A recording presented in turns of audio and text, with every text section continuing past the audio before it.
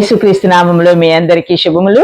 ఈ దినమున దేవుడు మనకు అనుగ్రహిస్తున్న ధ్యాన వాక్యము, నా విశ్వాస్యతయు నా కృపయు అతనికి తోడయుండును, నా నామమును బట్టి అతని కొమ్ము హెచ్చించబడును. ఈ మాటలు యెహోవా దేవుడు రాజుని గురించి, దావీదు రాజుని గురించి చెప్తున్న మాటలండి.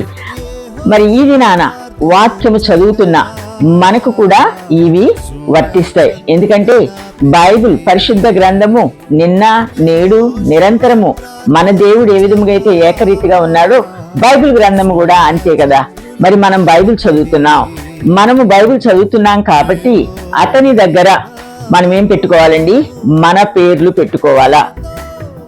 నా విశ్వాసతయు నా కృపయు అతనికి తోడయుండును, నా నామమును బట్టి అతని కొమ్ము హెచ్చించబడును.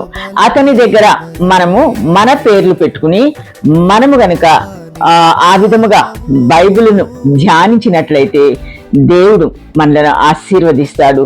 అది మనకెంతో ధైర్యాన్ని ఇస్తుంది, అది మనకెంతో శక్తినిస్తుంది, మన విశ్వాసాన్ని అధికము చేస్తుంది. కాబట్టి బైబిల్ చదివేటప్పుడు ఆ వాక్యాలు మన కోసం అక్కడ రాయబడి ఉన్నాయని మనం చదివినప్పుడు దేవుడు తన యొక్క ఆశీర్వాదములు మన మీద కుమ్మరిస్తాడు. కాబట్టి ఈ దినాన దేవుడు నీ కొమ్ము హెచ్చించునుగాక. దేవుడు తన విశ్వాసత, తన కృప నీతో ఉంచునుగాక. ఆమేన్.